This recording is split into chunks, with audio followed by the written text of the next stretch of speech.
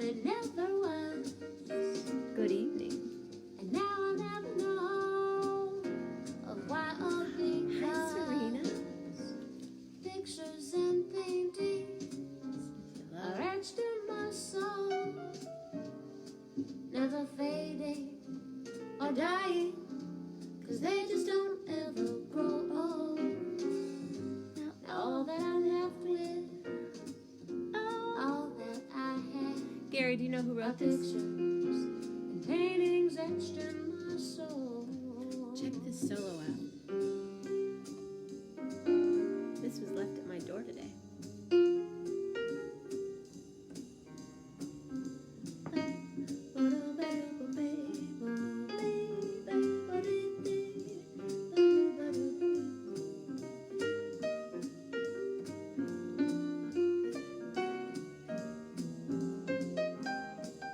Matt Rawlings on piano.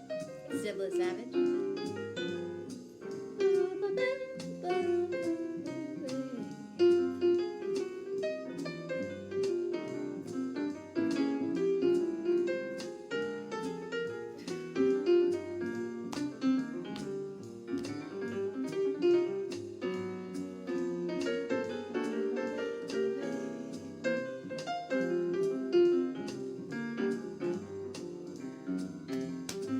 Yeah, Matt.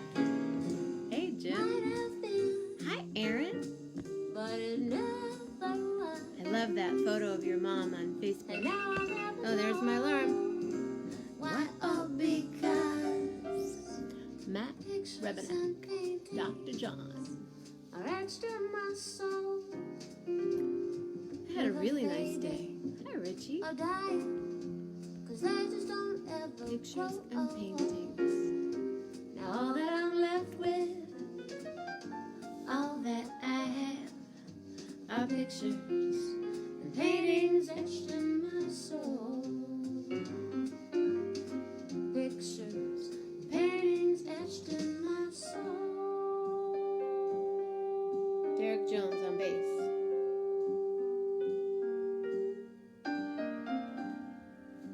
Yeah, isn't it cool? Flowers, music, and hats. It's Saturday night. One more Saturday night. Sorry, guys. Hi, Lynn. Wow, Miss Cat, what's happening? I want... You did? Oh, how beautiful. I know, aren't they? They're everywhere right now. Oh, wow. I mean, they're everywhere. I took a photo today. We go from heartbreak to love. Look at this. This is in my neighborhood today.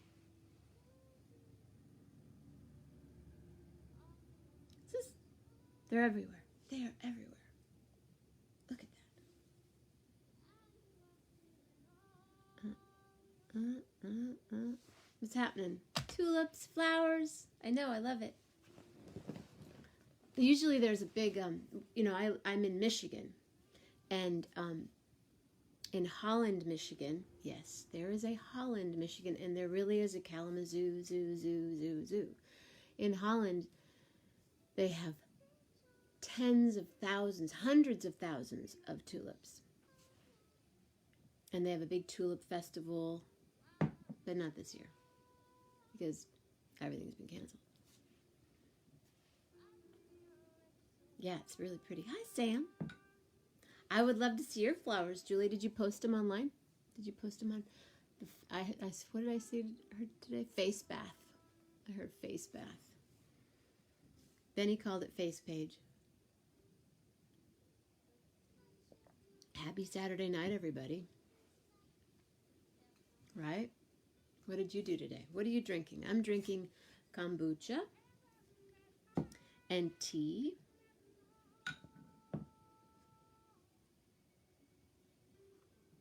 And my tea out of my cool cup. Hi, Sam. Hi, Karen. Lilacs. I saw some buds. I saw my mom, where my mom lives, there's a huge purple lilac. gorgeous, but they're buds. We were at 11. We were, and then somebody jumped off the book, jumped off our page. So yeah, lilacs soon to be, soon come, as they say in Jamaica, man. Soon come. Gary Lambert, soon come. As soon as I get so nervous. No, this is, it's really fun. I love doing this. Saw a beautiful sunset tonight. Right now the sun is, I was in my room. I was reading actually for a little bit. I have a cool book I got the other day.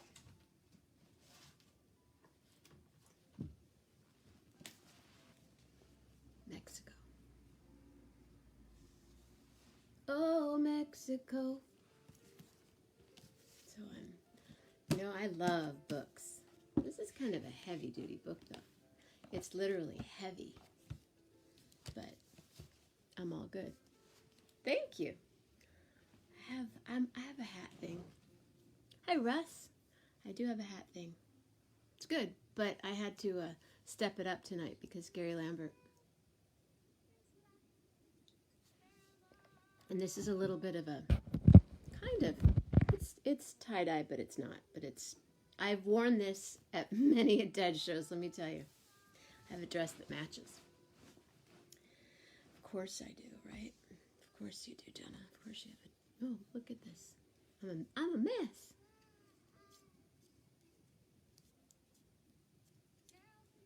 And I have your CDs for you whenever you want. And my goodness, Amy,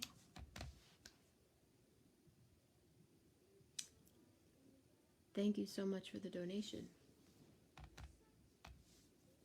I did something really interesting today. We had I helped glue a finger. I shouldn't talk about it. I helped a friend today. I did a lot today. Jody, you're so sweet. I love you. Thank you.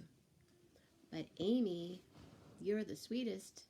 Jody, you're sweet, but my friend Amy gifted me a beautiful gift on Venmo today. Yes, Venmo, Patreon, PayPal.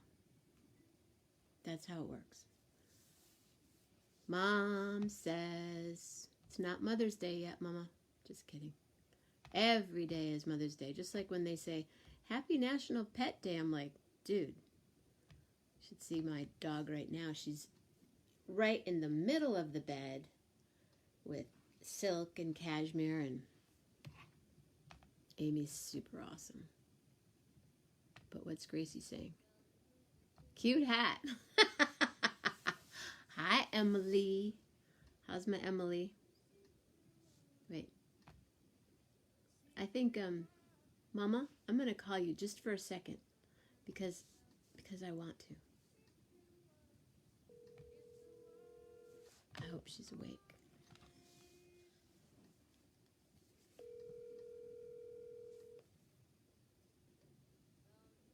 Your call has been forwarded. I was trying to call you.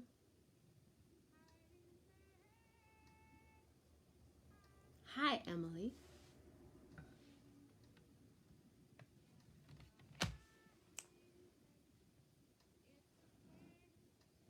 I guess she doesn't want to talk.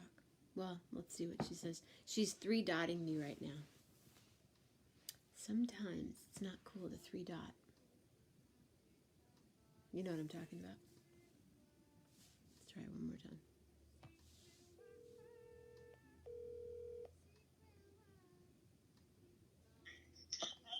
Hi, Mama Grace. How are you? Hi, Jen. I like your hat. Thank you. I do too. Very cute. I had to step it up because, Gary does the hat thing. So, yeah. I know you're probably going to go to sleep soon, and I wanted to say Happy Mother's Day early. Oh, thank you. And Scooter's on. Hi, Scooter. Who's? Scooter? Oh, tell Scooter I said hi. Mama's Grace says hi, Scooter. I'm not going to go to bed right away. Okay. But I'll see you tomorrow. Okay. I love you. All right, you're going to be here around 1 or so? You want me there at 1 o'clock? Well, they're going to be here at 2, so. So I'll be there at 1. Okay. All right. Thank you. Love you. Bye. Good night. Love you. Hey, Scooter. How are ya? I'm going to call another New Yorker. You're a native New Yorker. Happy Mother's Day to all you mothers out there. Human mothers, fur mothers, fish mothers, reptilian mothers.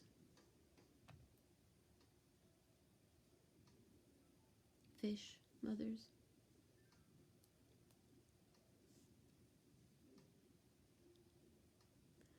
I'm calling my friend. One more Saturday night. Do, do, do, do, do, do. I know. Don't you miss New York? I miss New York too. I miss New York. I miss... Yeah. Well. Anyway.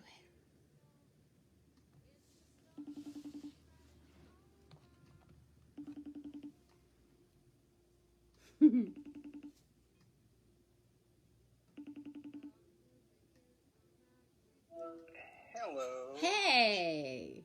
Hey, we're doing the hat thing. We're doing the hat thing. How are you? And I picked my little kind of stingy brim thing before I even saw your hat. Yeah, tonight, so. who knew? Yeah, mine's a little more, it's the straw hat thing. That's the...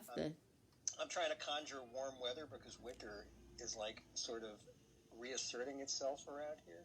Rolf posted a photo today up in Kerhonkson where there's snow. Yeah, there was snow in New Paltz, other friends of mine. So maybe not much more than an hour above the city. There's been some snow. It was cold here today, but then it wasn't windy, so it didn't. I feel like a Michigander. I'm like, well, it's not really that cold. It was like 34 degrees. I'm like, it's not that bad because it's not windy and it's super sunny. But when I saw that photo, I went, Yeah, May, come on. But it's 90 and it's 85, 90 in the Bay Area, and maybe not in the Bay Area, but in Fresno and in Seattle, I know it was 80 degrees today. Crazy. Crazy for feeling so lonely. So what's up, Gary Lambert? How are you? I've been good. I've been very busy. Isn't it interesting, the busyness of this time? Yeah, it coincides with being isolated. I just have had a lot of interesting stuff thrown at me to do, and I'm really happy with that, obviously. Like, tell us your interesting stuff. Well, tell me, because I haven't put you... It's all in that world I dwell in, that band I've worked for. You dwell well.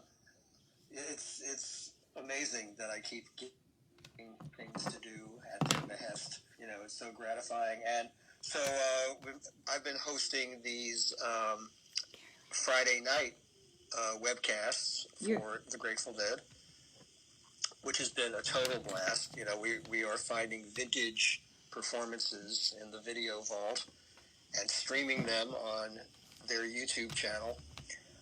And we fundraise for organizations connected to the COVID-19 crisis. And we've done a couple specifically addressing the needs of musicians and workers in the music community. So that's been amazingly gratifying. The response has been just a complete knockout. And we have a different guest. David Lemieux, the Grateful Dead's archivist, and I host these things. We do a little pre-show before they show the video of the concert. And we had Bobby Weir on last night. I saw that. And that was cool. Just a gas. He's such a pleasure to talk to. So there's that. And then I've been doing a writing project for some online releases they're doing of audio of shows, and just came off another major writing deadline. So it's going to keep me busy for a while, at least, it looks like. And I'm happy with that. That's beautiful, man. Congratulations. Yeah, and in the meantime, going through all the usual mental illness that everyone's going through of being confined and not being able to hang with our friends in person. We get to hang this way, which is beautiful. But, missing my community, the people who get together in the flesh and commune over music and good food slices of pizza and all that stuff. Yeah. It's a strange time for someone who is innately social by nature. You know, I'm not minding the isolation. It's nice to have time to be chill and reflect and all that stuff, but it's also nice to have the option not to do that. I'm wearing my Village Vanguard t-shirt. Oh, wow. You know, the Vanguard, there have been some frightening bits of information. They're not saying that they're closing, but they've expressed anxiety about being able to continue. Well, think about, I mean, the Vanguard, or think about the Blue Note, the way that you're seated at the Blue Note. It's not like I'm going to run out and want to go to a show, or people are going to want to come see me play at brunch at the Blue Note, because you're like right on top of each other. Right. That has to be some concern.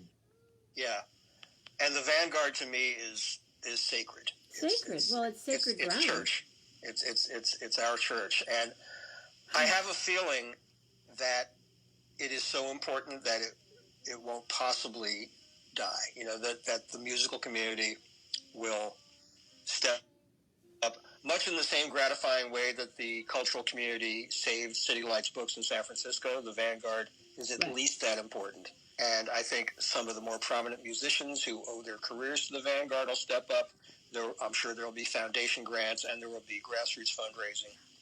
I will chip in anything I can, you know. And once they haven't started anything like a Kickstarter or a GoFundMe yet, they're expressing the understandable apprehension. So if you hear anything about the Village Vanguard possibly being in jeopardy and you want to help, please stay aware of that possibility.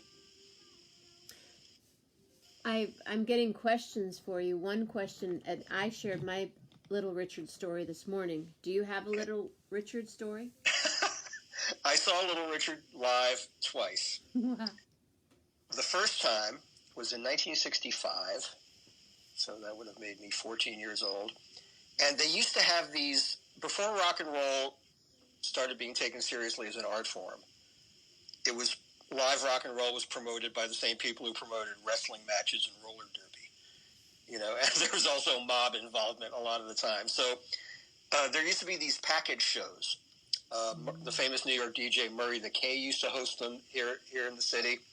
And it would be at some old movie theater. Murray the K did his at the Brooklyn Fox, famously. And sometime in the spring or summer of 1965, there was a show at the New York Paramount, which is a great old movie theater, which had kind of gone to seed.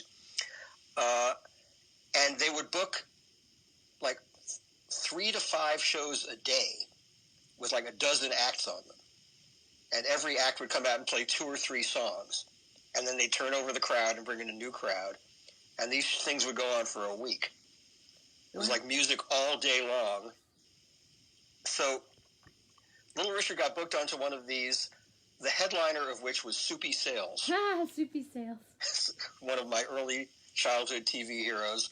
And he was very hot at the time. He had one of the hottest TV shows, and he had a novelty song called The Mouse.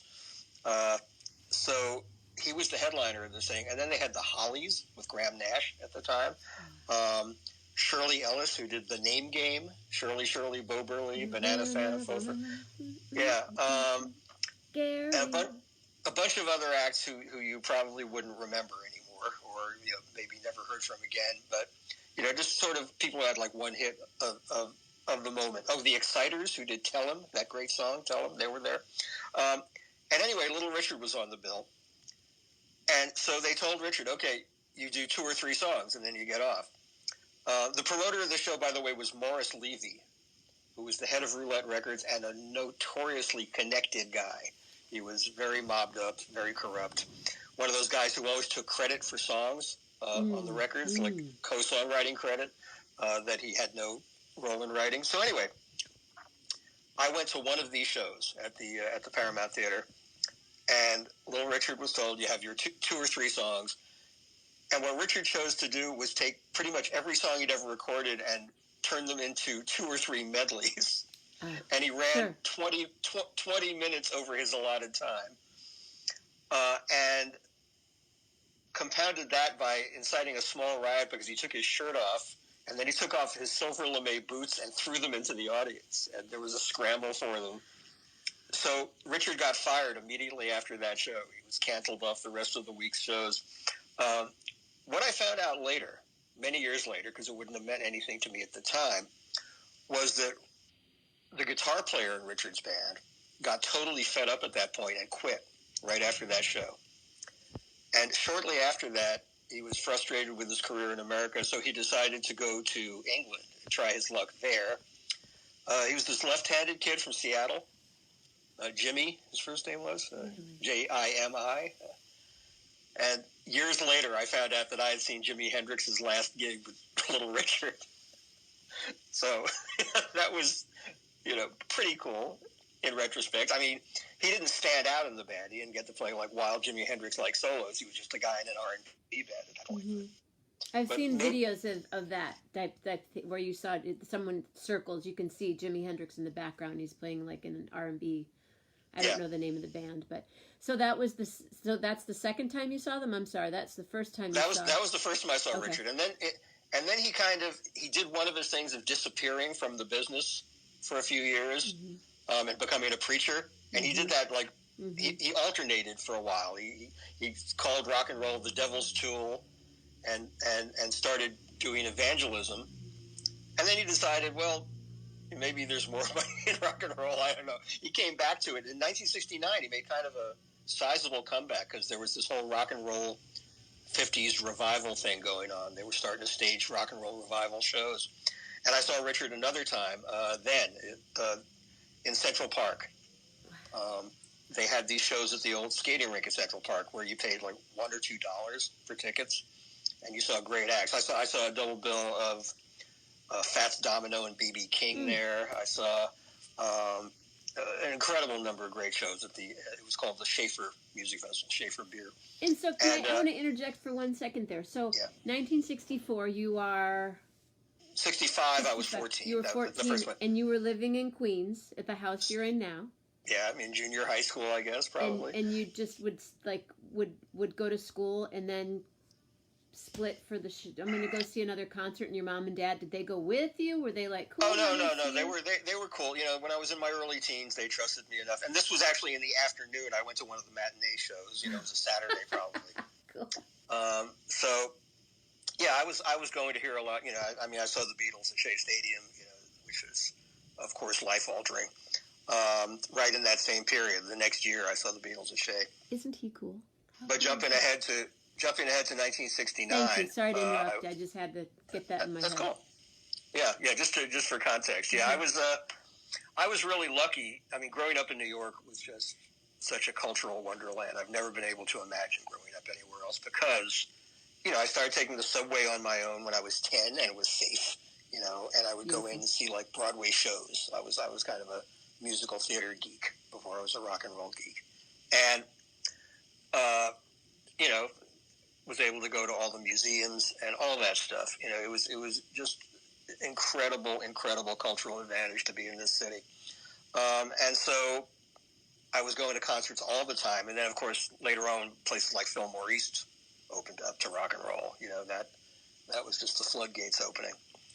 But, yeah, so in 1969, Richard made this comeback, and he played a fantastic show in Central Park, and that was the second and I guess the last time I saw him live, but of course I kept, following his television appearances and all that. And always one of my favorites, just incredible life, an incredibly transformative figure in terms of what he brought to the music, but also what he brought to sort of that incredibly liberated personality he had. He was so unrestrained, if people were scared of Elvis when Elvis first came out, imagine what white America thought of Little Richard, And he so believed, you just, he was this persona, but it was him. I met him years later, I met him at the Hyatt in the Riot in Hollywood where he lived. Oh, great. Yeah. And my sister and I would stay there because we sold for Bose, and, after 7 or 8 times seeing him, you'd be like, hi, and he'd go, hey girls, and you'd be there, like, there's Little Richard, there's this is like, bow down every time I saw him. But yeah, my nephew Ben posted something amazing that I had forgotten about. When he was pretty young, I think in his teens, he was coming out of a movie at the Chinese Theater on Hollywood Boulevard. A limo pulled up with tinted windows. The tinted window rolled down, and there was little Richard, who handed my nephew a religious pamphlet with an autographed picture of little Richard inside. And that's been one of his most cherished possessions ever since. And he posted that on Instagram today. Ooh. What's his Instagram? If you look up Lambo is his Instagram handle. Lambo. All right. Yeah, at Lambo. And he posted that today. And I had forgotten about it, but I think it was when he was like 12 or 13 or something. Imagine encountering little Richard on Hollywood Boulevard in that fashion. So he grew up in L.A. and you and your brother grew up in New York, and then your brother moves to L.A. and his children have that experience. Right. My brother was, my brother had an intermediate period in the Bay Area. Oh. He was doing radio. He was on the great KSAN in its last golden years in I didn't know that. in San Francisco. Oh, yeah, that's a whole other story. We'll get into on another Saturday night. But yeah, he then moved to LA after KSAN folded up, and he wound up in. His wife worked for many years in the movie business. She just retired, and yeah, their kids were born and raised in LA, so they have a very different perspective, and they love it. They're very natural Angelinos, and they've sort of increased my appreciation of LA in a way.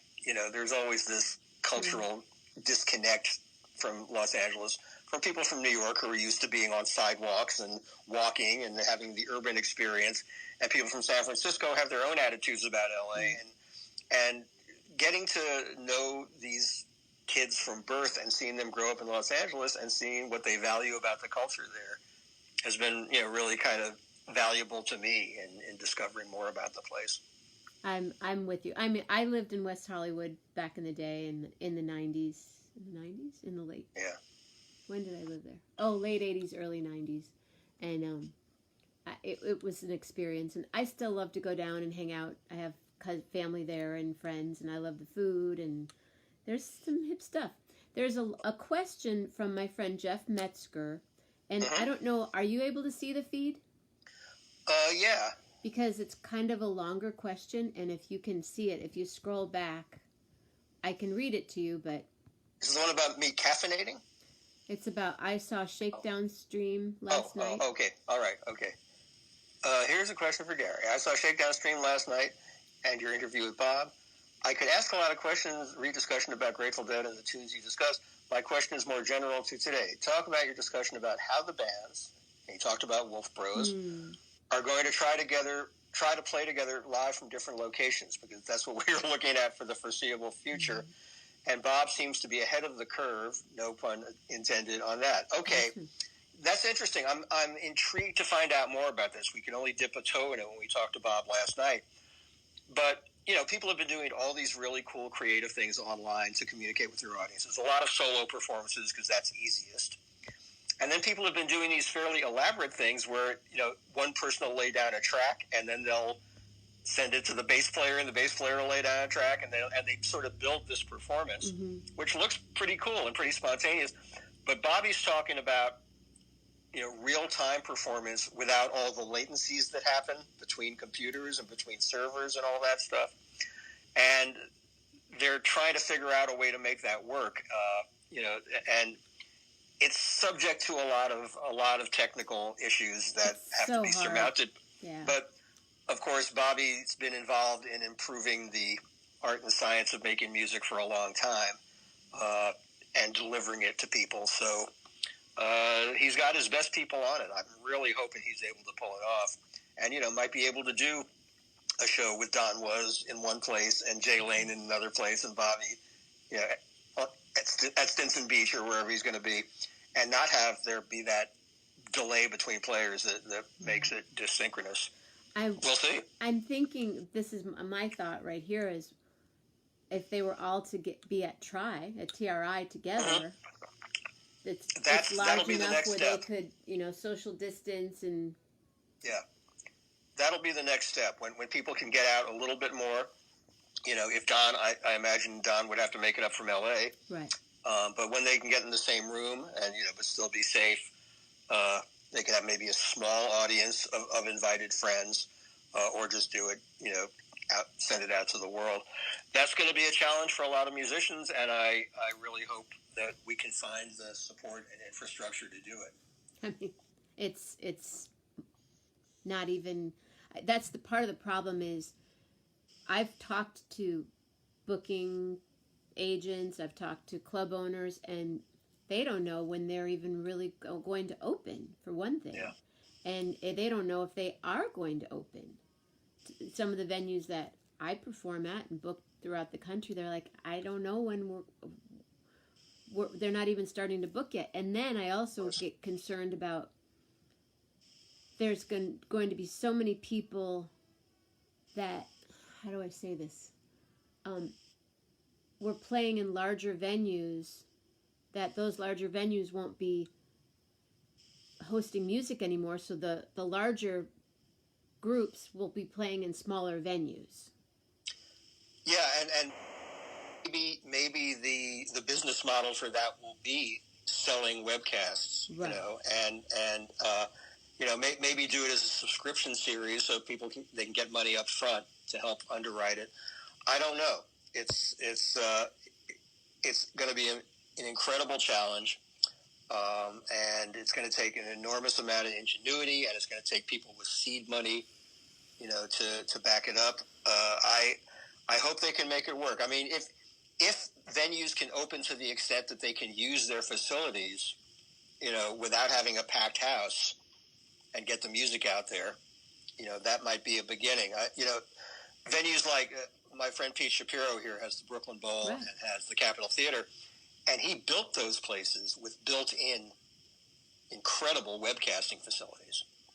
So even if they can't start letting the public in large numbers, maybe they can get to the point where, everything's been carefully screened and the place has been completely sanitized, and they bring in the performers to use that stage and use those, right, video facilities and get the music out there. That would be incredible. I mean, I hope we get to that point maybe before this year limit is out.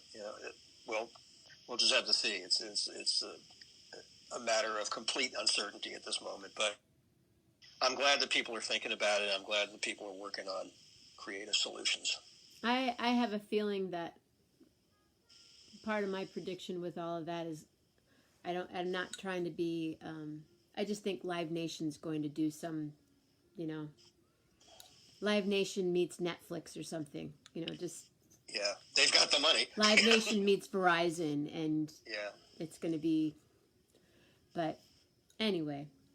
Needless to say, yeah, I mean, certainly the corporations with a bit of a cushion will have it easier, mm-hmm, than the independent promoters. And there's a new organization of independent venue owners that just opened, and it's all coalition. It's all people who have not worked together before, but they're pooling their ideas, they're pooling their resources. I don't think they have set themselves up as a charitable organization yet. Their primary concern is lobbying to get legislation passed to underwrite some of these venues. That might be a tough call when all the priorities are medical in nature and emergency services in nature. I think you and I think music is an emergency service, sure, because it is. But it's hard to think that the priorities of this particular United States Senate, for example, is going to be that sympathetic. But they are getting together as promoters, and maybe as we go on here, I can find their website, and I can put the information out there, because they're asking for support, again, not financially, they're not taking donations, but maybe it'll come to that. And so as we talk, I will try to get their website info and get it posted. I think I'm going to do a hat change. Okay, should I do one too, or should I? I'll wait a little. We don't have to be in complete sync. Okay, well then, no, I'll wait. Okay, I'll get mine. No, because I like your hat. Oh, I like yours too, of course. You have the best. I mean, your Derby Day hat. We grew up throwing hat parties. Nino was a big hat guy, and so we always would have hat parties. Uh-huh. Yeah, a hat becomes more significant for me the less hair I have. So. I enjoy wearing hats. Unfortunately, I lose them sometimes. Uh-huh. I'll be somewhere and I'll go, oh, my hat! Where's my hat? Yeah, I've lost some favorites over time, too. I lost my hat. Uh-huh.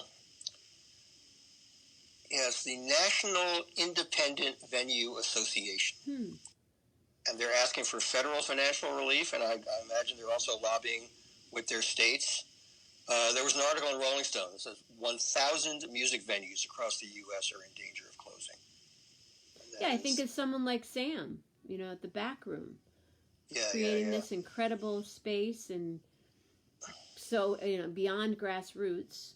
That, I mean, when you see something like Jazz at Lincoln Center asking for donations. Yeah, of course. And they are, underwritten by foundations and corporations to the max, as far as, and SF Jazz as well. They have incredible sources of funding, and yet this is such an unprecedented challenge in terms of being able to keep the doors open, and beyond that, being able to keep people paid and plan for the future. Plan when can we start booking shows again?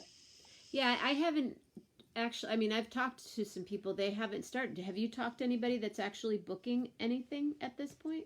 I have seen people who have, just as a matter of safety, they have made deals with halls saying, okay, here are some October tour dates, which they are not promising they can keep, but they just want to have the holds on the venues. But no one's making any predictions as to when it can really happen. I've just posted a link to the Facebook page of the National Independent Venue Association, so people can check that out.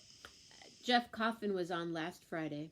I love Jeff. I think on, oops, there goes my light. I think on Monday, Dave Matthews' family announced that they canceled into 2021. Yeah. So. Yeah, that seems to be pretty much a given at this point. If there's better news, maybe people will be putting together things sooner, but 2021 seems like the optimistic projection at this point. Crazy. Yeah, it's crazy. It's every week. Today I did something. How I live out of bags, right? Hi, Joanne. I live out of a lot of bags. I have my touring bag as far as my stuff and my carry-on and my face stuff, makeup stuff, whatever. And I'm always I keep it in bags because I'm usually somewhere for 6 days, and then I'm gone for 2 weeks, and then I'm back, and I go, and I just leave it. Today I emptied all my bags, and made it like I know that I'm here. Oh, he just put that. Thank you, David. David Bartsch just put that article that you referenced through Rolling Stone. Great, very good. Thank you. I'm so used to being gone at this point. I'm noticing things in my hometown, in my house, here in Michigan. I've never been in Michigan at this time of year, and the sunset is setting right in the perfect spot so I can see it from my window. And I was like, oh my goodness, and I made a big deal about it in my head, and then I went, oh, it's been like this, for a zillion years. I just have never been here, and I even was it today? Is today May 9th? Today is the 9th, yes. Yeah. You know how on Facebook or Instagram does it now where it'll say 2 years ago, here's a photo from 2 years ago, or 6 years ago, you were whatever. I was in New Orleans at the Green Goddess having brunch 2 years ago today. Yeah. The pull of New Orleans these last couple of weeks was just torture, wasn't it? Yes. Yeah. Once it's in your DNA, it is total torture. But, yeah, well, may we all celebrate there together again. Yes, we will. We will. Yeah. We will. Well, let's do the hat change now. Okay. Okay, hat change. Okay, mine is the solidarity with those people in upstate New York. Who, got my commissar thing going on here. Kind of goes with the beard, I think. It's my look. Oh, that's very, very sultry. I like that. It's a nice contrast here. This was Nino's. Oh, beautiful. I can see Nino in it. I like yours, though. That's super cozy. Yeah, I'm kind of looking, with the beard, I'm looking like a guy out of a Tolstoy novel or something. I think so. Yeah. I don't know where Jeff, if you're still here, if you have other questions. Let's see, Melanie. A year ago, I was in Toronto being musical director for the Obeah Opera. Wow. Yeah. Well, we're all somewhere. We are everywhere all the time, right, Melanie? Especially when you're a touring musician, and that's what we do. Hi, Lisa Mammina. My sister's here. Hi, Lisa. I've met Lisa. Oh, yes. The Green Goddess is a fabulous... It's a teeny tiny little restaurant on a side, kind of one of those little alleys in New Orleans where you stumble upon. You don't, like 3 o'clock in the morning, you're like, wait, how did I get here? And I traced my footprints back there one day, and I go there at least. It's one of the ways I get to New Orleans. Like some people go to Café du Monde and have a beignet. Yeah. I go to Green Goddess. Excellent. Yeah. I go at the beginning, at the end. Lisa, Melanie says hello. Oh, I don't think I formally said hi to Jody yet. Jody came back. Hi, Jody. Hi, Jody. I love you, Jody. Now, where is Jody? Jody is in, funny with the hat, Moscow, Idaho. Oh. See, you wore the right hat then. Yeah, I didn't even think in those terms, but the subconscious works in funny ways. Yeah. Jody actually I knew in San Francisco, and then she's been around to different places since. And she wound up, I guess for work reasons, in Moscow, Idaho, which is right near the Washington State border. Right. Hi, Jody. Hi, Jody. Moscow. One of my favorite humans. Very cool. So, wow. I have, How many more hats do you have? This is a 2-hat night. I don't, my wardrobe people were a little busy, so this is not the full Cher Diana Ross show. This is more of a little bit of contrast between the straw and the commissar look. I got caught. There's a television show it's on Netflix called Dead to Me. Mm-hmm. Yeah, I haven't seen that yet. I hear it's good. Well, last night it was on. The second season was released last night. Mm-hmm. And so Jeanette is downstairs, and we watched 2 episodes tonight. We were watching the first one, and it was about 10:15 when that finished. And I looked at her, and she goes, binge? And I go, put it on right now. So we watched the second one, and then I raced up here to do this. It was like being in the middle of a snow globe here in the afternoon. Oh, so in Lewisburg, Pennsylvania, weird and hard frost warnings until tomorrow mid-morning. Yeah, that's the thing in Michigan. I mean, the tulips are everywhere. The daffodils are just on their way out. But it got really cold last night. I think it got down to 34 degrees. But it didn't snow here. Thank God. Yeah, May, I don't know. Sometimes it snows in May is not a song. Sometimes it snows in April is a song. That's right. Not That's right. May. That's right. Period. I do like that hat. I've heard Peter Applebaum do that song. Yeah, Rolf and I do it. Yeah, it's a beautiful song. It is a beautiful song. I want to get Peter on here. Peter would be great. I need to get Peter on. And yeah, more people in the world need to have Peter Applebaum in their lives. They do. He's such a deep soul and such an extraordinary musical genius who should be more widely appreciated and cherished. Lisa was checking on the ginger snaps in the oven. Lisa's making ginger snaps. Hope you brought enough for everyone. She said she'd share with you, Gary, and Melanie. And she used gluten-free flour so I could eat them. Hi, Patty. Lovely. Well, you could send them in the mail, Lisa. Mm-hmm. I have my friend David Dodd. You know David. Oh, sure. Love David. David is sending me some lemon curd. Oh from man, his I love Meyer lemon. lemon tree. Yeah, we are online correspondents, and he is frequently mentioning his Meyer lemon trees. Yes, Fantastic. I've house sat for them before, and yeah, you just sit in the. I mean, I've had I never had a Meyer lemon until I moved to California, and they were in my front yard, as well as a what do you call it, tree? Not fig. Figs? Figs. Could be fig. Yeah, fig trees. Yes. My place in Oakland had a loquat tree in front of it. Loquats are strange things, and they would fall off the tree and just stink to high heaven. Loquats do not rot well, but that's the nice thing about California, is that kind of those flowering fruit trees that you can really literally go pick something. How or what different? Meyer lemons compared to a regular lemon? Oh my goodness, it's like comparing apples to oranges. They're sweeter. They're sweeter. Yeah. You can actually eat a Meyer. I can eat a Meyer lemon. Right. They have a different. They have a beautiful fragrant. Oh, the peel you can use for different. It's just a whole other lemon. And yeah, Meyer lemon tarts are just extraordinarily great. It's one of those things. When I get back to Berkeley, I go. Meyer lemons and the night blooming jasmine. And honeysuckle. I love honeysuckle. Yeah, takes me right back to that first night in Berkeley when my friend Jeremy, and he said, "You want to go see something really great?" I'd only been in Berkeley maybe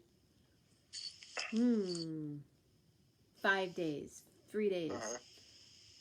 We drove up to the Greek Theater. I was just going to say, oh my God. And he had a pair of bolt cutters in his trunk, and he cut the lock on the Greek Theater. Wow. And we went and sat. He said, because I said to him, "Oh, I'm a singer. I was 20. I'm a singer." Okay, he goes, "I'll take you somewhere that you'll want to sing someday." And he walked me on the stage, and then he walked up into the audience, and he said, "Sing to me."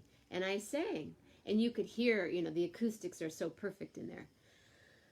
So yes, I did something illegal when the third night I was in town in Berkeley. But it smelled like jasmine everywhere. Well, before you said the words Greek Theater, you triggered the Greek Theater in my head, because there was also honeysuckle near there. Yeah. And I had this incredibly intense sense memory of walking up the campus toward the Greek Theater before a show. And there was a place specifically where honeysuckle and eucalyptus blended. Mm-hmm. And this incredible sweet and sour air. It was just the most phenomenal combination of smells. And so before you even mentioned the Greek Theater, I was visualizing the Greek Theater. And that's why we converse so well, Jenna. That's true. I just got Kate Henke said loquats are good for the lungs. Oh. And Melanie has a loquat tree in front of her house. And as far as lemons go, I love what Melanie said. Other lemons want to be Meyer lemons when they grow up. It's true. Well put. I had an interesting thought just now as far as the Greek Theater goes. So I grew up going to Dead shows. Being in Michigan, we had to travel to go to a show. Like, you got on the subway and you were in Central Park and you saw them play in front of less than 500 people probably. But my first shows, I was at the auditorium in Chicago. I saw Jerry play there, and then we started doing Alpine shows, and Mama Grace is calling. Hold on, everybody. Okay.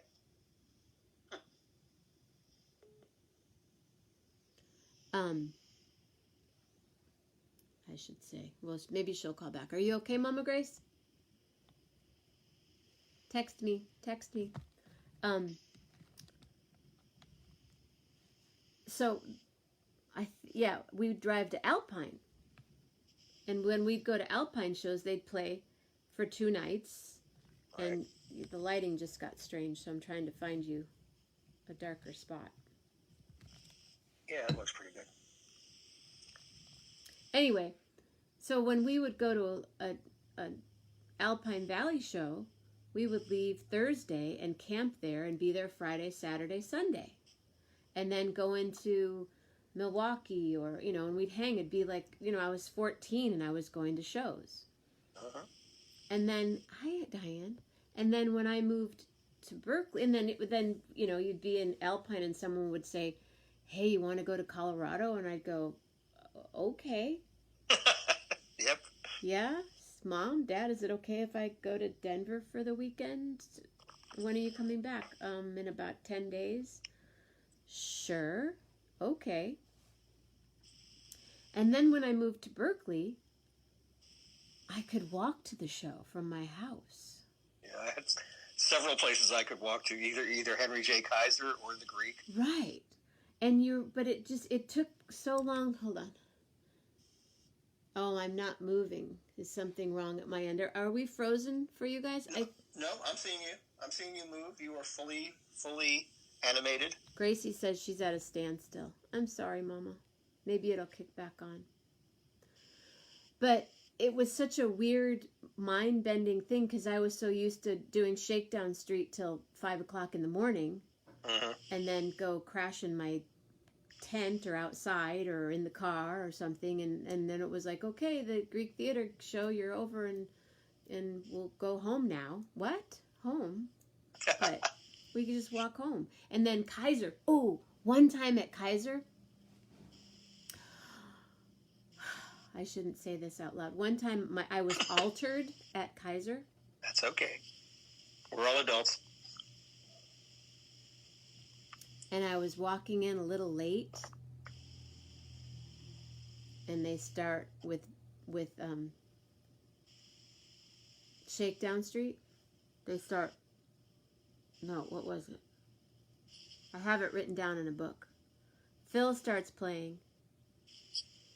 And the tiles on the ceiling in the hallway of Kaiser started falling from the ceiling. I remember that. They really fell. Yeah. It wasn't, I thought I was tripping. I mean, I was tripping. But you remember that? Well, I remember that Phil's bass did structural damage to several buildings, including Winterland in its later days. And there was an incident in the hall dancing phenomenon really took off at Kaiser. Yes. Yeah, almost as many people in the hall as there were inside the venue. And they broke the floor. They broke the floor, sure. They broke the floor in the lobby of Kaiser dancing, which was quite amazing. But there were tiles that fell also.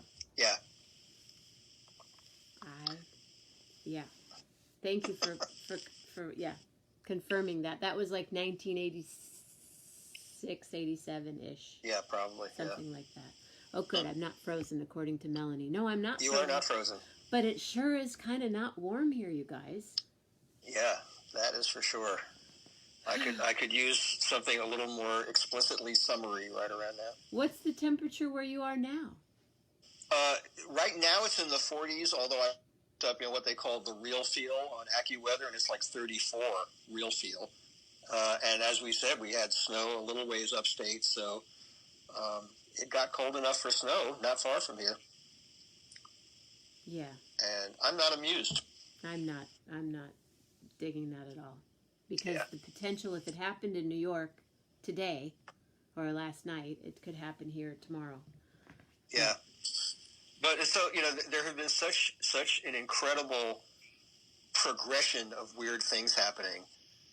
Murder hornets, all that stuff, that it's like, well, snow, it seems kind of minor on the top 10 chart of annoyances. Has anyone actually seen a murder hornet yet as of this moment? Not personally, but there have been sightings. Why not? I haven't spent much time reading about them because I don't want. But I did find a strange bug in my house tonight, and I took photographs of it, and I haven't Googled it yet. Little teeny tiny, almost looked like a roly-poly. Uh-huh. But it was shaded like black and gray and black, like a bumblebee. You know how a bumblebee has? Yeah. It's 85 degrees in Fresno as we speak. Wow. That's weird. Yeah. I have this strange bracelet. Everyone's probably wondering what I'm playing. It's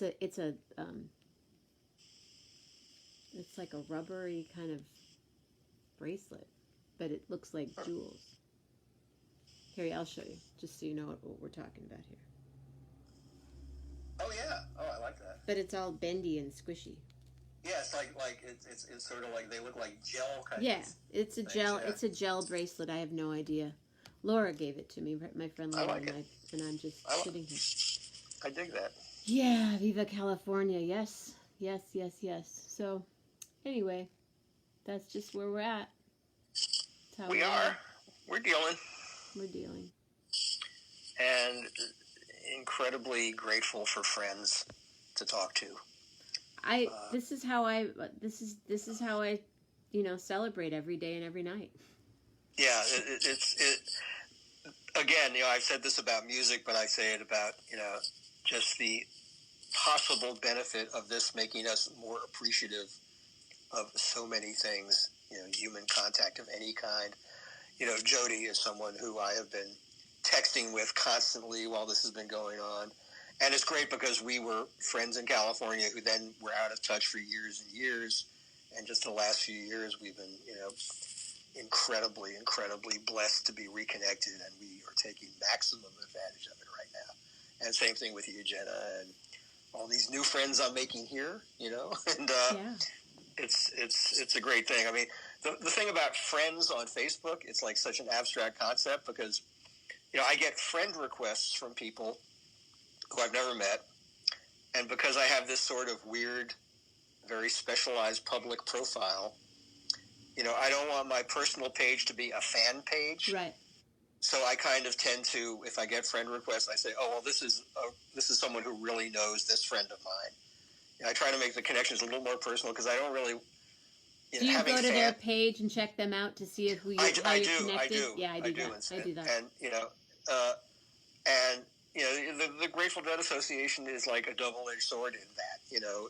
In that people. I don't want to be a celebrity for doing this. I love doing it. But you are. You're a celebrity. Yeah, but it's, what I always tell myself is being a Deadhead is not an accomplishment. it's an experience, It's part of life. Yeah, and it's an experience I've been lucky to share publicly, but it's, just any celebrity that comes my way because of it I'm ambivalent about it, so... It kind of typecasts you as a certain thing. So, I don't want to seem ungrateful for that. I don't want to see, but I have to balance, like in terms of my interaction on Facebook. It's like I said, I don't want my personal page to be a fan page, and I don't want to really start a fan page because that's like a whole other level of ego. So, if people want to communicate with me Grateful Dead-wise, but they're not my friends on Facebook, they can go to the Tales from the Golden Road page for my radio show, where I hang out a lot and, talk Grateful Dead and answer questions there. So I can have that little bit of separation between my, between famous Deadhead syndrome and my what passes for my real life. Do you get strange requests from people too? I mean, do you get like I get these people from other countries and we're not connected at all, and they don't have very, very much information on their page, so I don't accept them. I'm like, yeah, same here. Weird people. Yeah, I get some strange requests, and I get, you also get weird, I mean, I get hostile stuff, online. Like what? Well, there are people in that world, in that fan world.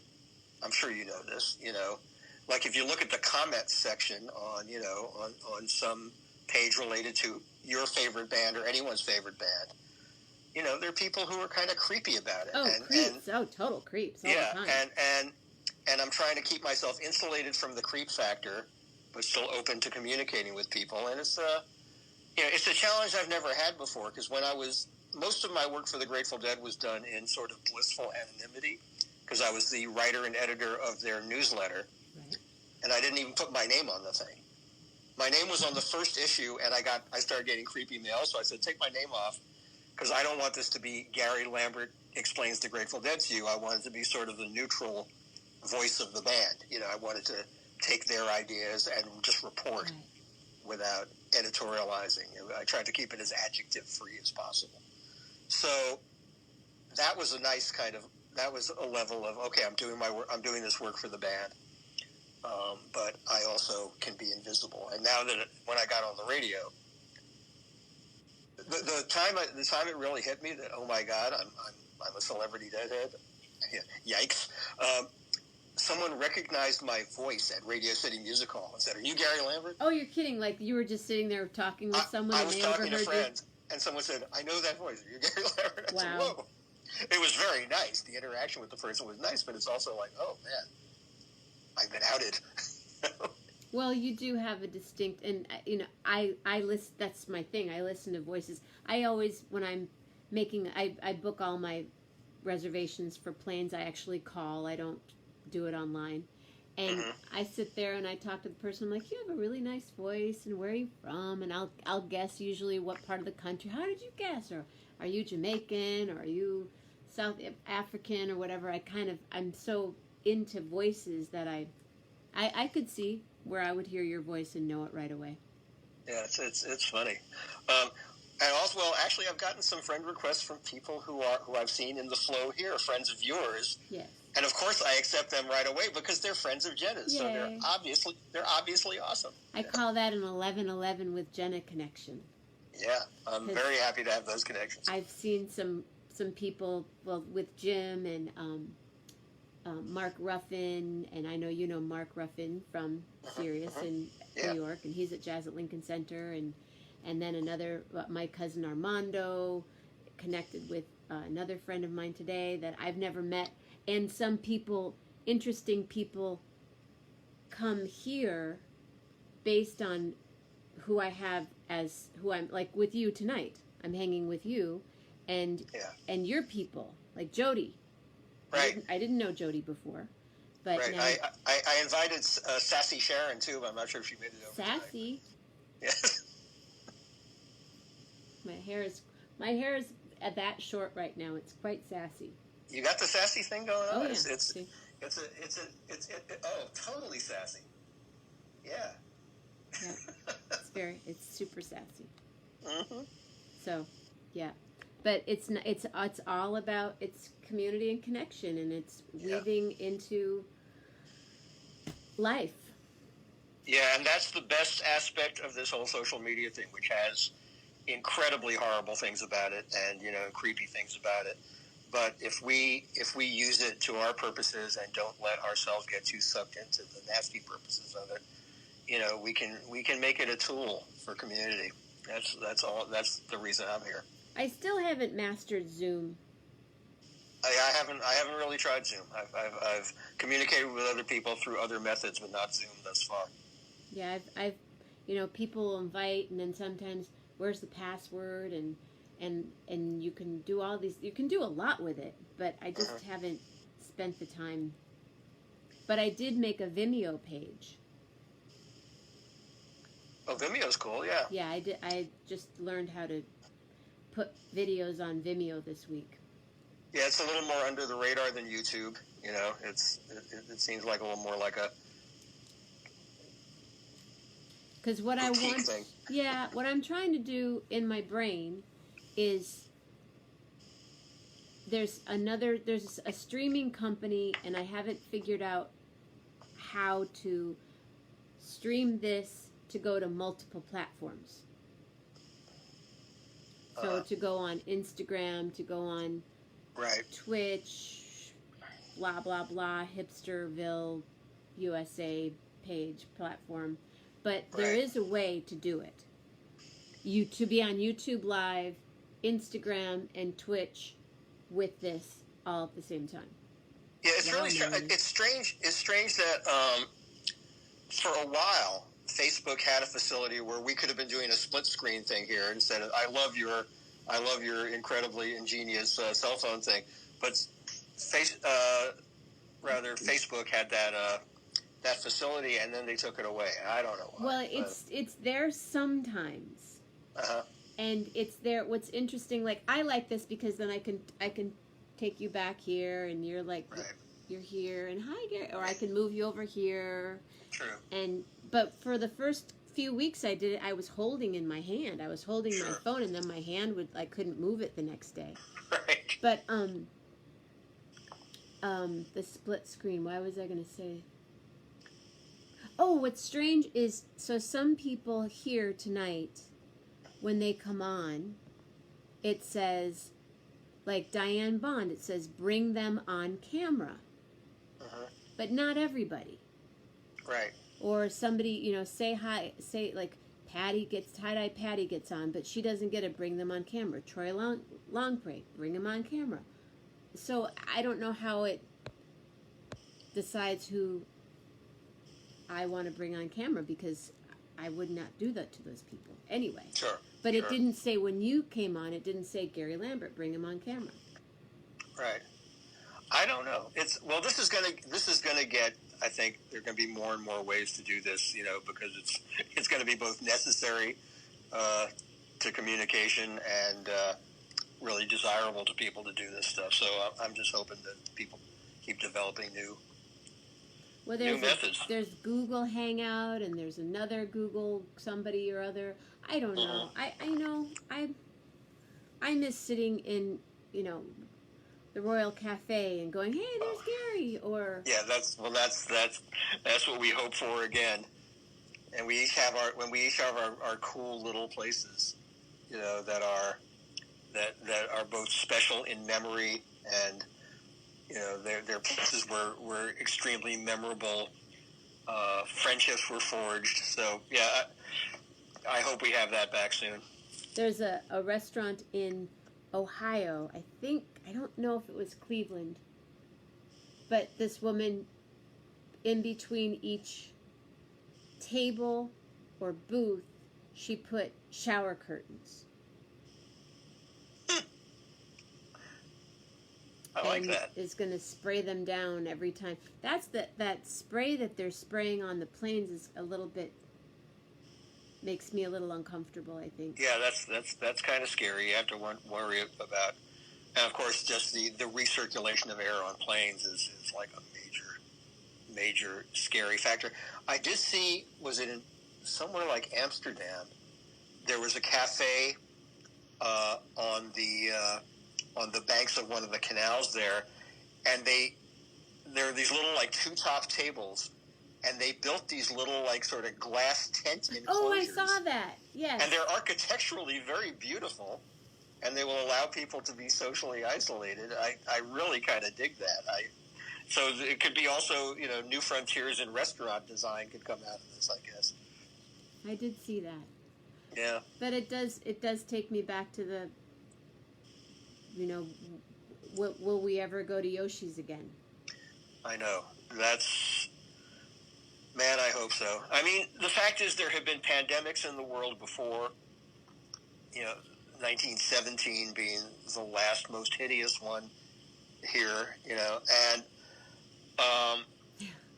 we came back from that. Vaccines have to be developed. We'll have to see where we are a year down the road. We'll have to see if we're in a world where science is dictating this stuff rather than insane demagogues, and it's very unpredictable right now. I think we can get back to normal human gathering, and also get back to better pandemic response and preparation and anticipation and all that stuff.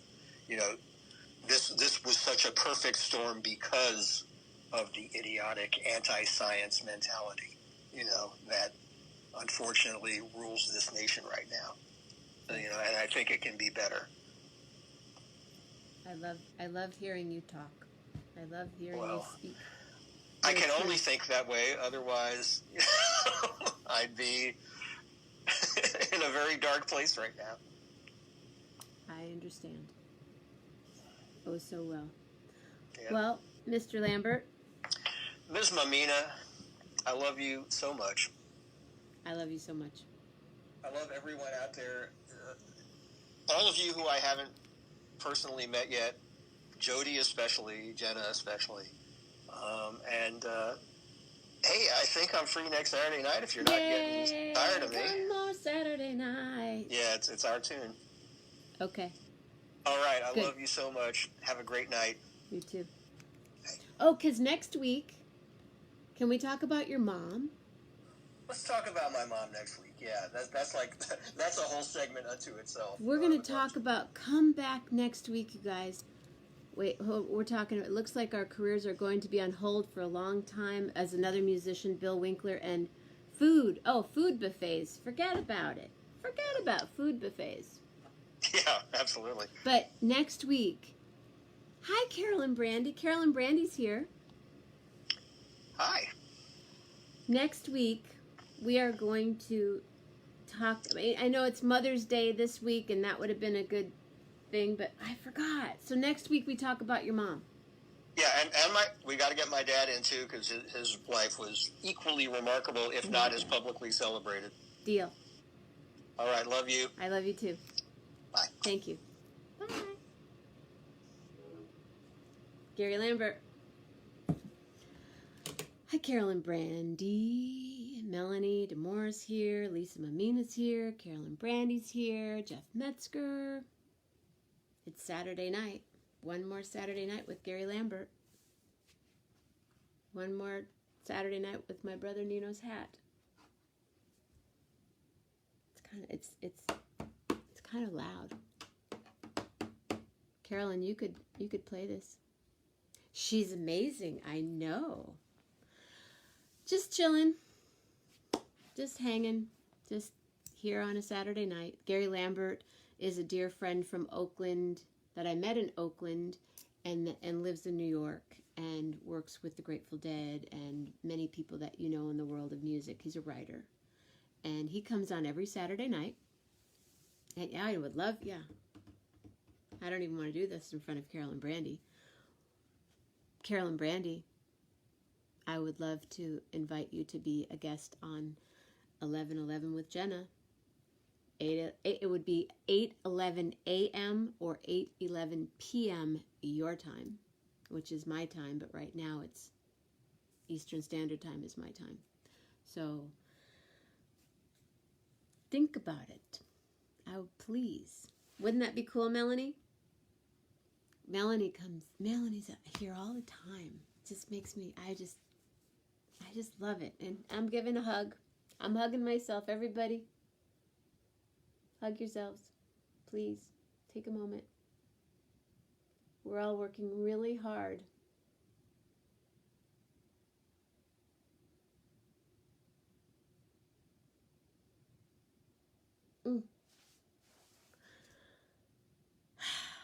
Maybe. What is this maybe? What's this maybe stuff, Carolyn? Okay. Well, I would really love it if you would consider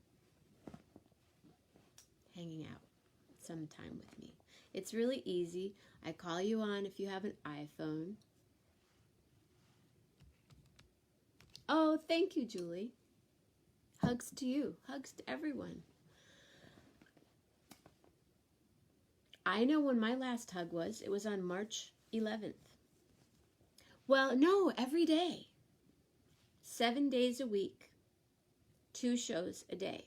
14 shows. You have 13 to choose from because Gary Lambert will be here next Saturday night. So you could do Sunday, Monday, Tuesday, Wednesday, Thursday. But next Sunday night,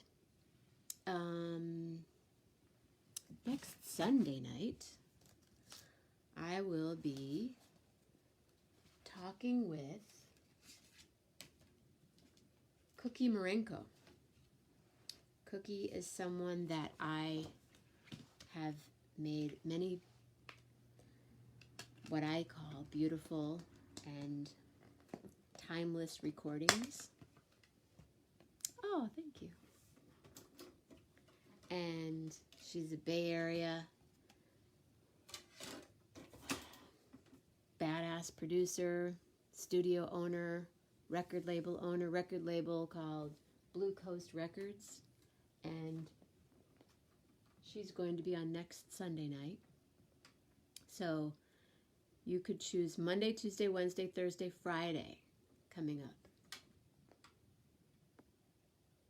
I'm trying to find something that Cookie. 1, 2, 3, 4. Number 4.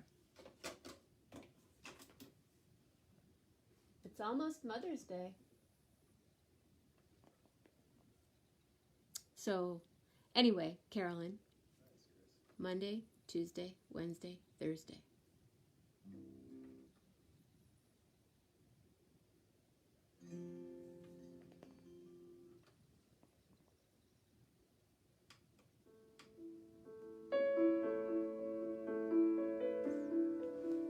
This is Mutineer.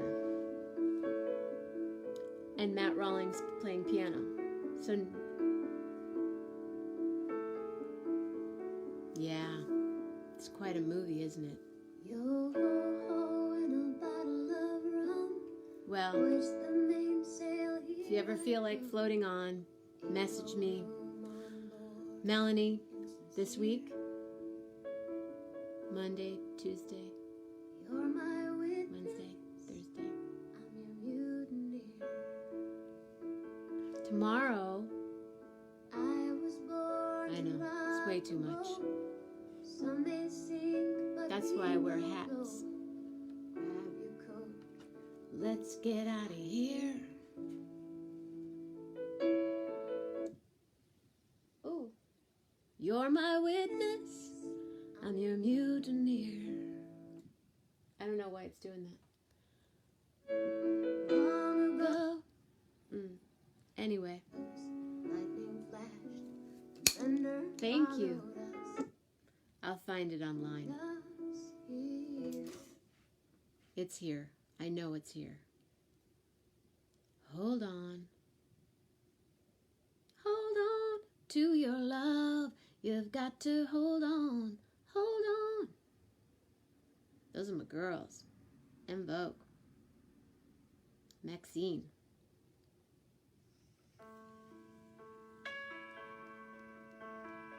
It's on my phone. But if you go to Blue Coast Records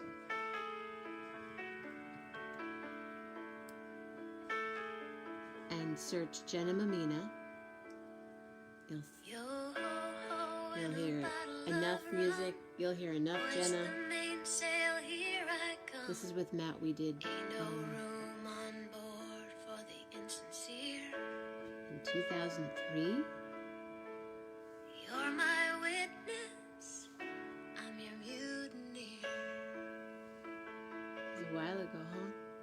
I was born to rock the boat. Thanks, you Some may guys. sink, but we will float. Warren Zevon. Grab your coat. Let's get out of here. You're my witness. I'm your mutineer. Long ago we laughed at shadows. Lightning flashed and thunder followed us. It could never find us here. You're my witness. I'm your mutineer. And then he plays a beautiful solo.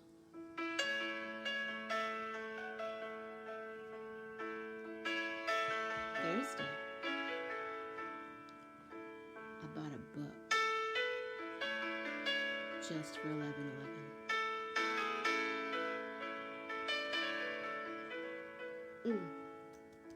Thank you, Mike. Long ago we laughed at shadows. Lightning flashed and thunder followed us. It could never find us here.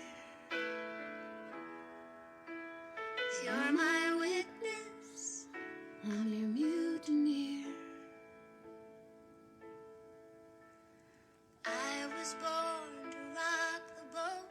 Cool. Melanie's Some here on may Thursday. sink, but we will So, float. Carolyn, you have Grab your Monday, coat. Tuesday, Let's get Wednesday. out of here.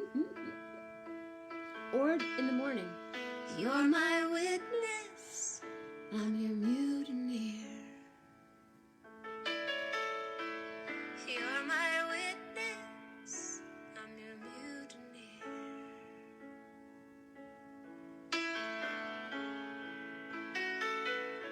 I'm your mutineer.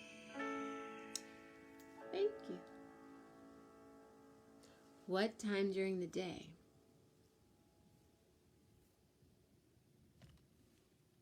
Oh, wow. Jackson Browne did a fundraiser in Laguna Beach for Barbara Boxer a few months after Warren died, in a backyard in Laguna Beach on a hillside overlooking the ocean. Less than 100 people. We sat in beach chairs and just called out songs. Oh, really?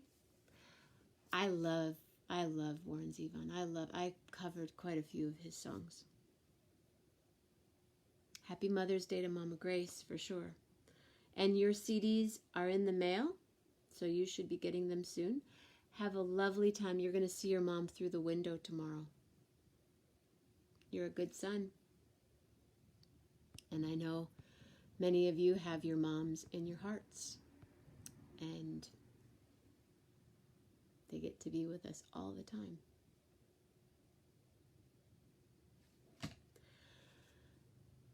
I'm going to go snuggle with my little girl, Lily and Pearl. And I wish you all a beautiful... Oh, what time am I on? California time, 8:11 a.m. and 8:11 p.m. In the morning, it would be 8:11 your time. I know it's early. But if you're one of those rise and shine at 5 a.m. people, it might be perfect. Carolyn and I used to be neighbors when I first moved in on 1215 Carlton Street. And then I moved to 1217 Carlton Street. Good times. Naomi and I talk almost every day. And I met Naomi True as she was walking out of a lesson from your place. And from that moment on, we've been like sisters. So thank you for that. And Mr. and Mrs. Hoover and her Nilla wafers and her Nilla pie, vanilla pudding. Yeah, Carolyn, we have a lot to talk about. Come be on the show, please. Please. Let me know. Yeah, she's a badass. She's a nurse practitioner up in Seattle now. And she has a lovely daughter. And yeah, I'll call her tonight. We will be FaceTiming in the next 20 minutes. So her juice. I almost brought that up tonight. Remember the plums, when Gary was bringing up the loquats and how when they fall to the ground, those plums would fall to the ground. And then Mrs. Hoover would make juice, and she would sit there and there would be a stick on the ground. She'd plant it, and the next thing there's this big, beautiful, incredible rubber tree in the backyard, or a Meyer lemon, or... Yes. Okay. You could drop in. When are you thinking of dropping in? Morning? Lots of plums. Those were good. Yes, in the morning? Mornings are great because I don't usually book anyone. Unless someone says I can't do an evening show, then I'll book them for the morning. But mornings, it's super, we flow. And if you happen to say, hey, I'm here, then I would call you. If you have an iPhone, I would FaceTime you. And if you don't have an iPhone, if you have WhatsApp, I would WhatsApp you. And if you don't have WhatsApp, I would Messenger you. Because on Messenger, you can video as well. Capito? You guys, thank you very much. 8 to 11? No. It's on every day It's called 11:11 with Jenna. And I am on every day and every night at 11:11 p.m. Eastern Standard Time. So in California, I would be on at 8:11 a.m. and 8:11 p.m. 7 days a week. So there's 14 shows, 14 opportunities. And I invite everybody on here has something they can share. And anybody that wants to be a guest, I would love for you. My sister, she has a garden. She has horses. Katie was on the other night. We talked about COVID and animals and the story about her meeting a lion this close to her face. Everyone has something to share and be a community and be connection. And that's why I do this. So I thank you all for rolling through, scrolling through. Yeah. I'm everywhere. 8:11 and 8:11 a.m. and 8:11 p.m. California time. Yep. Float on in, scroll by. I'll be here. I promise. And I love that you're all here as well. Miss Hoover. Mary Hoover. Happy Mother's Day. Have a beautiful night, and I will be here in the morning. My loud, yeah. Come play this hat. Maybe you could teach us a little drumming. Lisa has ginger snaps. Come on, Lisa. Be on the show with me. Don't you guys all want to see? Yes, so you call it 8:11 with Jenna. Right. Thanks, Jeff. Thank you, Bill. Bill Winkler lives in Boston, wishing everyone a special Mother's Day. Oh, yes, I do.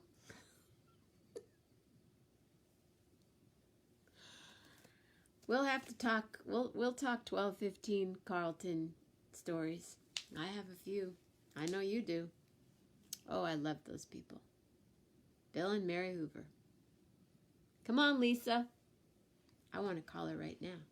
I'm just going to call you. I'm not going to FaceTime. Just going to call you. Lisa. Lisa.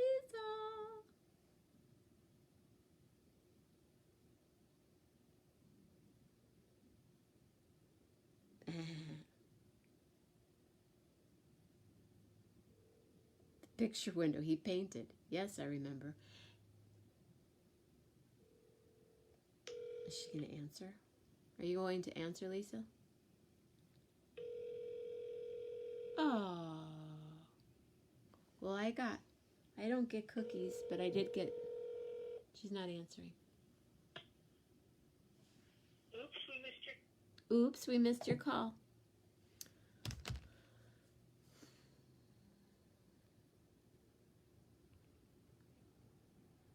Why aren't they not answering? Okay, well, I don't want to wake anybody up. 7 or 11. There are 7 of you here.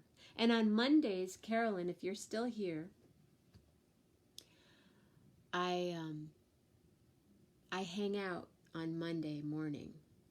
Isn't it beautiful? I know. This is my guest for and tonight. That's what I'm going to do. Today my guest is this red tulip. It does open up in the daytime. In case you guys missed it earlier, I know Julie was here, but look at how beautiful. This is a neighbor's house.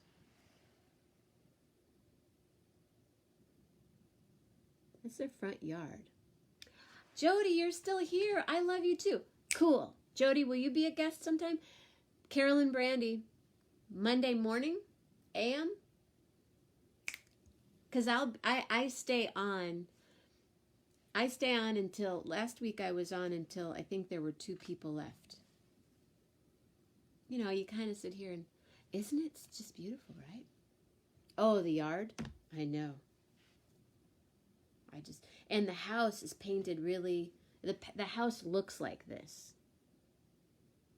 Like it's pink and green and crazy.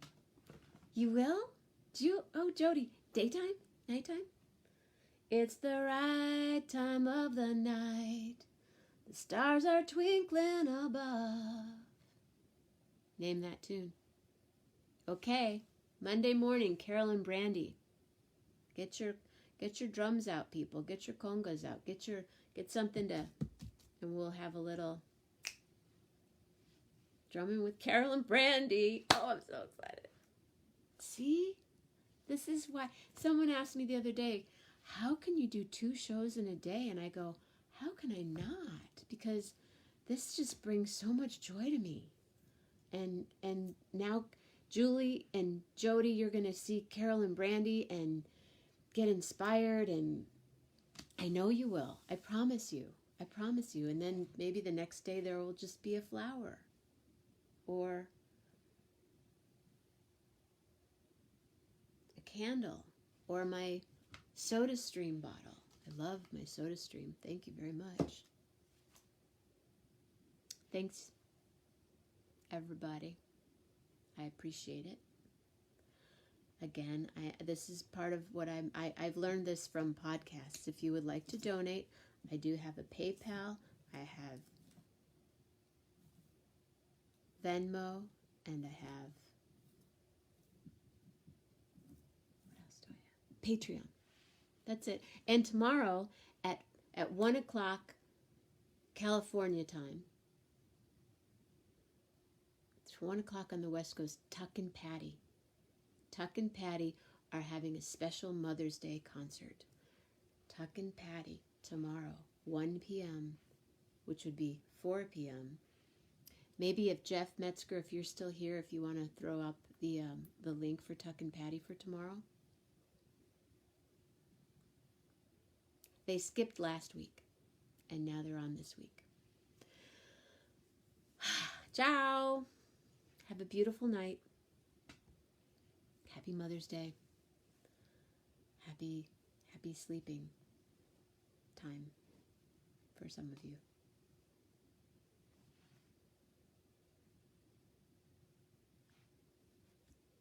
Thank you. Or Lily and Pearl. Lily and Pearl, for sure. And Melanie next Thursday. Yes, Tuck and Patty. Mm-hmm. We do. We love them. They bring us so many incredible gifts. As do you. Good night.